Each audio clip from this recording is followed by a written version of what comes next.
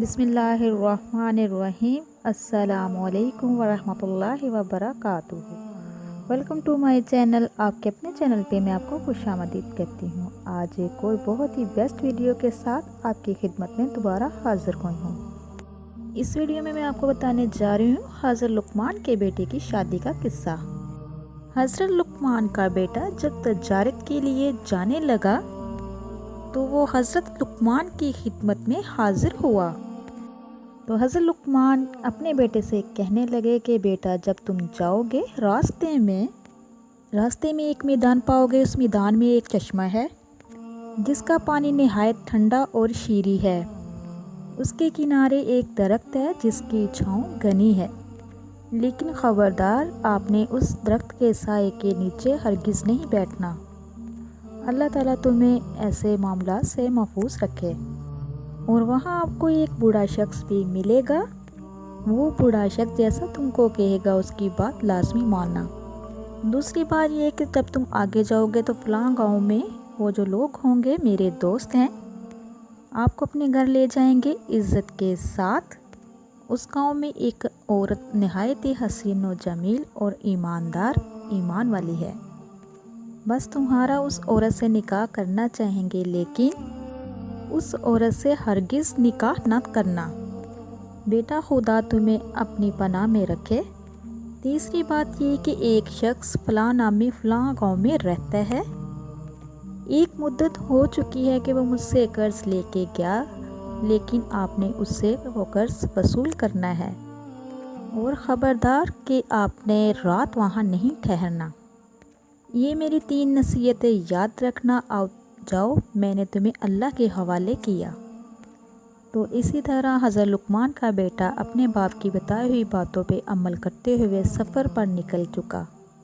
جب وہ میدان مسکرہ میں پہنچا جس کے بارے میں حضرت لقمان نے اپنے بیٹے کو نصیحت کی تھی، اس کے کنارے ایک چشمہ پانی کا پایا گیا جس کا پانی نہایت ہی میٹھا تھا، اور ساتھ ہی ایک درخت تھا جس کے سائے تلے ایک شخص بیٹھا ہوا تھا۔ حضرت لقمان کے بیٹے کو خیال آیا کہ کچھ دیر کے لیے میں آرام کر لوں، لیکن پھر اس کو اپنے باپ کی بات نصیحت یاد آ گئی۔ وہاں سے قدم بڑھانے لگا۔ ایک بزرگ نے جو درخت کے نیچے بیٹھا تھا پکارنے لگا، اے لڑکے تم کہاں جاؤ گے؟ اتنی دھوپ ہے، سخت گرمی پڑ رہی ہے، بس اس چشمے کا ٹھنڈا پانی پیو اور اس درخت کے سائے میں بیٹھ جاؤ۔ حضرت لقمان کے بیٹے نے اس کی بات نہیں مانی۔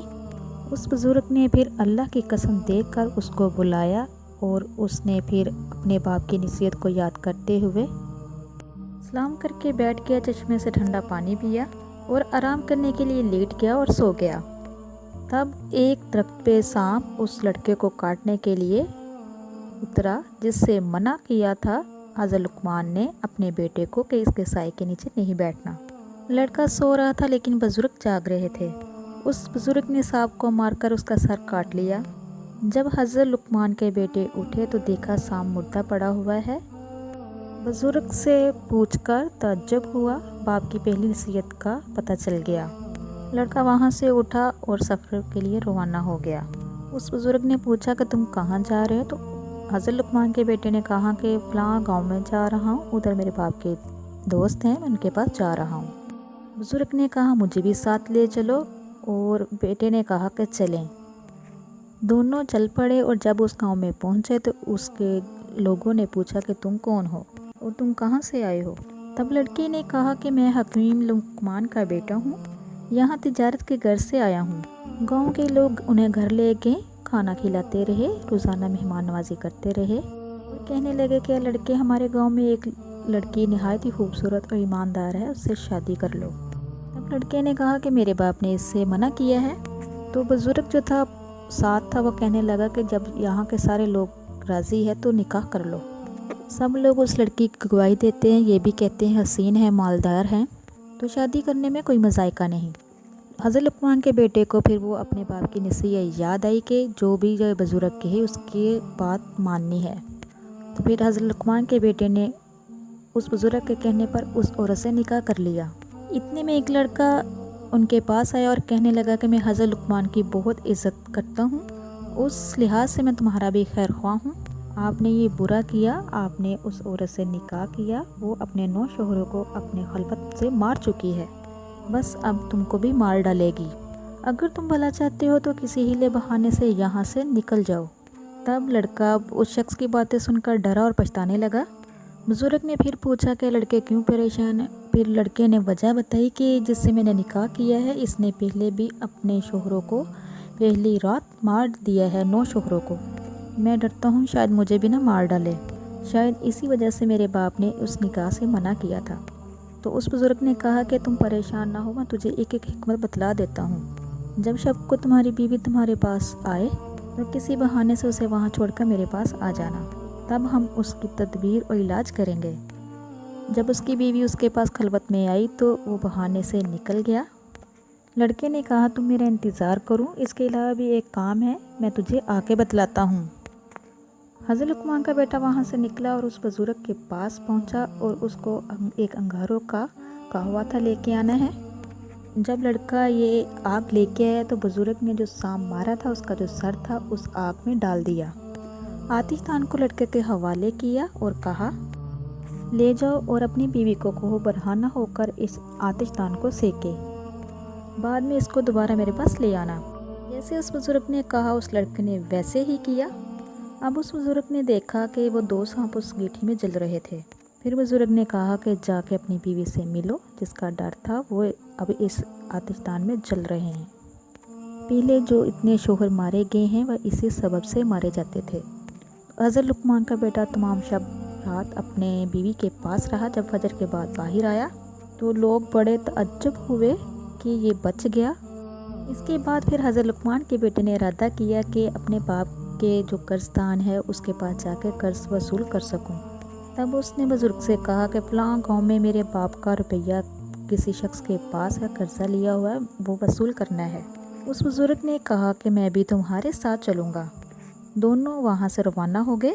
وہاں سے لوگوں سے پوچھا اس کے بارے میں تو لوگوں نے کہا کہ وہ تو شخص بڑا فسادی اور دغاباز ہے، تم یہاں کیا لینے آئے ہو، وہ تمہیں مار دے گا اور تمہارے حق میں بہتر یہی ہے کہ تم یہاں سے چلے جاؤ۔ لیکن ان دونوں نے وہاں کے لوگوں کی بات نہ مانی، وہاں سے اس شخص کے پاس چلے گئے۔ بیٹے نے کہا کہ میں حکیم لقمان کا بیٹا ہوں، اپنے والد کا قرض وصول کرنے آیا ہوں۔ تب اس دغا بار آدمی نے کہا کہ آپ آج کی رات ادھر گزاریں، آپ ہمارے مہمان ہیں، صبح کو حساب کتاب کر کے جو روپیہ بنتا ہے میں دے دوں گا۔ لڑکے نے بوڑھے آدمی سے کہا کہ میرے باپ کا حکم نہیں کہ میں شب یہاں ٹھہروں۔ پھر بزرگ کہنے لگا لڑکے پریشان نہ ہو، آج کی شب یہاں رک جاتے ہیں، پھر جو خدا نے ہماری قسمت میں لکھا ہونا وہی ہے۔ وہ دونوں وہاں رک کے رات قیام کی۔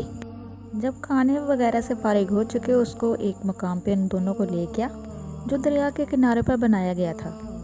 وہ مکان اس طریقے سے بنایا تھا کہ جو شخص اس میں سو جاتا تو دریا کی لہریں اس کو ڈبو دیتی۔ ان دونوں کو وہاں سونے کا کہا، چنانچہ حضرت لقمان کا بیٹا وہاں سو گیا اور بزرگ جاگتا رہا۔ جب آدھی رات کا وقت ہوا تو موجیں چڑھنے لگی، پانی مکان پر چڑھ گیا۔ بزرگ نے لڑکے کو نیند سے بیدار کیا اور اوپر بلایا جہاں دغاباز کے بیٹے سو رہے تھے۔ وہاں سے اس کے بیٹوں کو اٹھا کر وہاں سلا دیا اور خود اوپر ان کی جگہ پر سو گیا۔ جب فجر کا وقت ہوا اس دغاباز شخص نے دیکھا کہ ان کی جگہ ان کے بیٹے مردہ پڑے ہوئے ہیں۔ تب پکار کے کہنے لگا افسوس، میں نے تمہارے واسطے یہ فریب کیا تھا کہ تم کو مار ڈالوں، میرے سب بیٹے مارے گئے، میں برباد ہو گیا۔ بزرگ اور حضرت لقمان کے بیٹے نے کہا جو کسی کے لیے بدی کرتا ہے در حقیقت وہ اپنے لیے کرتا ہے۔ اس کے بعد پھر قرض لے کے وہ اپنی بیوی کو ساتھ لے کے اور بزرگ کو ساتھ لے کے وطن واپس روانہ ہو گئے۔ جب اپنے مکان کی طرف پہنچے تو اس بزرگ نے پوچھا کہ تو اتنا عرصہ میرے ساتھ رہا، تو نے مجھے کیسے پایا؟ تب لڑکے نے کہا کہ بے شک میں نے آپ کو نیک مرد پایا، آپ کی برکتوں سے بہت سی مصیبتوں سے نجات پائی۔ تو بزرگ کہنے لگا جو میری وجہ سے آپ کو حصہ ملا، مال و دولت ملی، اس میں سے کچھ حصہ مجھ کو دو۔ تو حضرت لقمان کے بیٹے نے سارا حصہ رکھا اور جتنا اس نے چاہا اس کو دے دیا۔ جب بزرگ لے کے جانے لگا تو پھر واپس پلٹا اور کہا کہ اے حضرت لقمان کے بیٹے، تو نے مجھے ڈر کی وجہ سے تو نہیں، میری خوف کی وجہ سے تو نہیں مجھے یہ سارا کچھ دے دیا؟ تو حضرت لقمان کے بیٹے نے کہا کہ نہیں، آپ کی کرامت کی وجہ سے مجھے سب کچھ ملا، لیکن اس بزرگ نے سب کچھ واپس کر دیا اور کہنے لگا کہ مجھے اس دنیاوی مال سے کوئی غرض نہیں، میں اللہ کا بھیجا ہوا ہوں، جو آپ کے باپ کی دعا کا نتیجہ ہے۔